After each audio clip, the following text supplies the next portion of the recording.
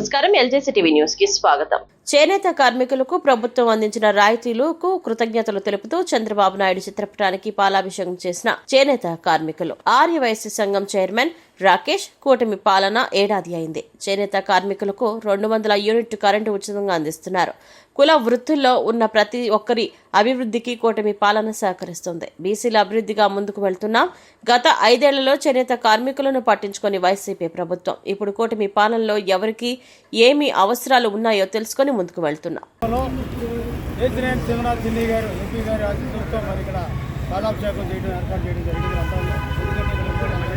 BC వర్గాలు కనుక ఇవాళ ముఖ్య ఉద్దేశం ఏంటంటే ఈ పాలాభిషేకానికి మరి చేనేత కార్మికులు ఉన్నతమైన స్థానాన్ని తీసుకురావాలి.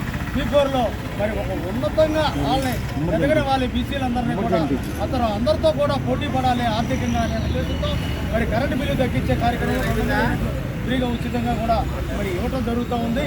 అంతేకాకుండా ఇవాళ సూపర్ 6 అమలు కావట్లేదని కొంతమంది అంటూ ఉన్నారు. అది సూపర్ 6 అమలు అవుతుందని ఛాలెంజ్ చేస్తూ ఉన్నాం. ఎందుకంటే అందరికీ నమస్కారం. ఏదైతే కూటమి ప్రభుత్వం కూడా ప్రజల యొక్క సమస్యలు ఏమైనా పెండింగ్ ఉన్నాయా, వారికి ఇంకా ఏది పెండింగ్ ఉంది, ఏది రావాల్సి ఉన్నాయని కనుక్కొని ఇప్పటి వరకు వచ్చిన పథకాల మీద కానీ, సంవత్సరం పరిపాలనలో సాధించిన విజయాలు కానీ ప్రజలందరికీ కూడా దగ్గరుండి ఎక్స్ప్లెయిన్ చేసిన సంగతి అందరికీ తెలిసిందే.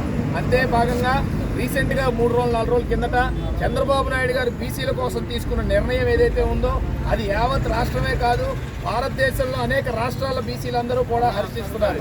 ఈరోజు చేనేతల్ని ఎక్కడైతే చేనేతల్ని పట్టించుకోకుండా కరెంటు ఛార్జీలు తగ్గిస్తాం, సబ్సిడీలు ఇస్తామని చెప్పి గత ప్రభుత్వం వాళ్ళని మోసం చేసి లెక్కేట ముంచితే ఈరోజు కూటమి ప్రభుత్వం ఏర్పడిన తర్వాత చేనేతలకి కరెంటులో రాయితీ ఇస్తూ 200 యూనిట్ వరకు ఉచిత కరెంటు ఇస్తూ, అంతేకాకుండా చేనేతల్ని కార్పొరేట్ సంస్థలతో సమానంగా వారి యొక్క వ్యాపార అభివృద్ధిని పెంచే విధంగా చంద్రబాబు నాయుడు గారు తీసుకునే నిర్ణయాలు, కూటమి ప్రభుత్వమే తీసుకునే నిర్ణయాలకి ప్రతి ఒక్కళ్ళు కూడా హర్షం వ్యక్తం చేస్తూ ఉన్నారు.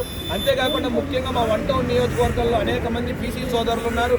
వారందరికీ కూడా కుల వృత్తుల వారీగా, వారి యొక్క వర్గాల వారీగా అనేక ఉపకులాలను కూడా తీసుకొని వారి వారి బాగులు చూసుకుంటూ కేసీఆర్ చిన్ని గారి సారథ్యంలో గట్టిగా పనిచేస్తూ ఉన్నాం.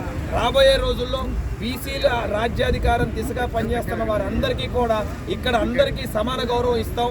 ఏదైతే చంద్రబాబు నాయుడు గారి నేతృత్వంలో బీసీలందరికీ కూడా సమాన గౌరవం ఇస్తూ, అదే వాళ్ళ కుల వృత్తుల్లో కూడా మంచి స్థానం కల్పిస్తూ వారిని అగ్రస్థానంలో నిలబెడుతూ ముందుకు తీసుకెళ్తామని తెలియజేసుకుంటూ సెలవు తీసుకుంటాం. బెంగళూరులో లేకపోతే వాళ్ళ గెస్ట్ హౌస్లో తిరిగితే సూపర్ 6 అందుతుందా లేదా ప్రజలు ఏమనుకుంటున్నారో ఇంటింటికి వెళ్తే తెలుస్తుంది. వారంలో 2 రోజులు 1 రోజు ఇక్కడ ఉంటున్నారు, కార్యక్రమాలకు కనబడుతున్నారు, ఏదో రోడ్డు మీద. సో అలాంటి పనికిమాలిన వ్యక్తులు ఎవరికి కూడా మేము సమాధానం చెప్పాల్సిన అవసరం లేదు.